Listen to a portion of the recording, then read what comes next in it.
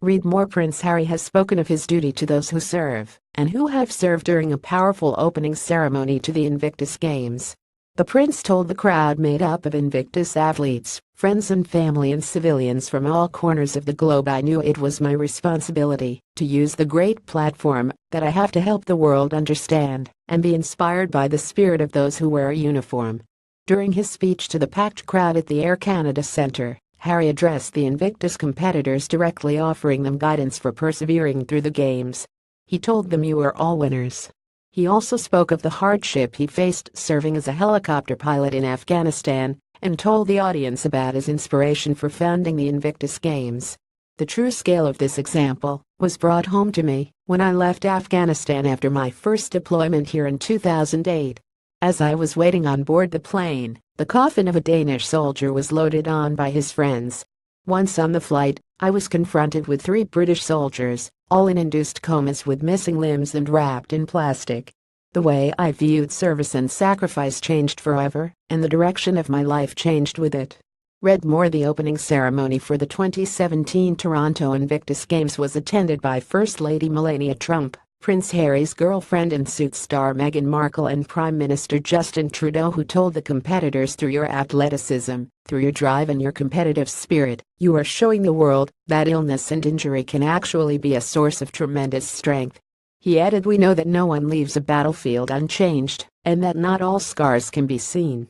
Forces Radio, BFBS Big Show's presenter Hal Stewart was in attendance at the opening ceremony and shared his thoughts from the emotional opening words of the incredibly popular Canadian Prime Minister Justin Trudeau to the powerful performance from singer-songwriter Sarah McLachlan. This showpiece spectacular had it all.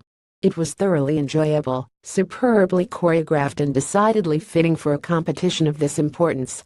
In fact, it feels as though the importance of the Invictus Games is growing simply by the awareness into the public psyche.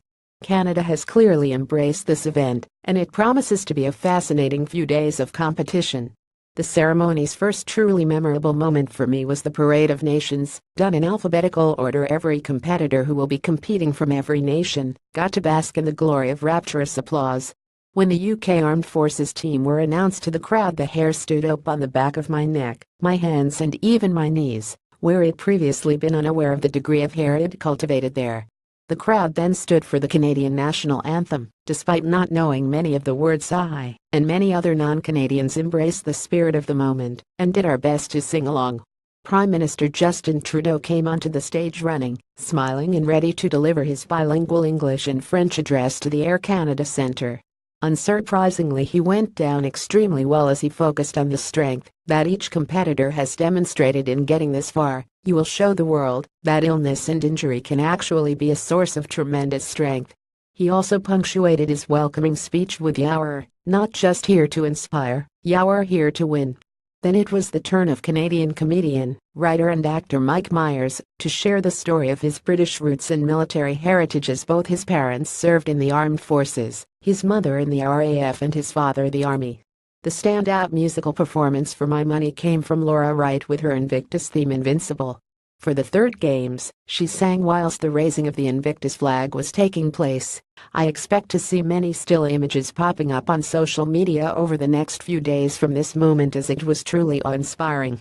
Realistically, the moment most were talking about as the assembled masses exited the ceremony was Prince Harry stepping onto the stage to shake the hand of Canada's Man in Motion Paralympian Rick Hansen.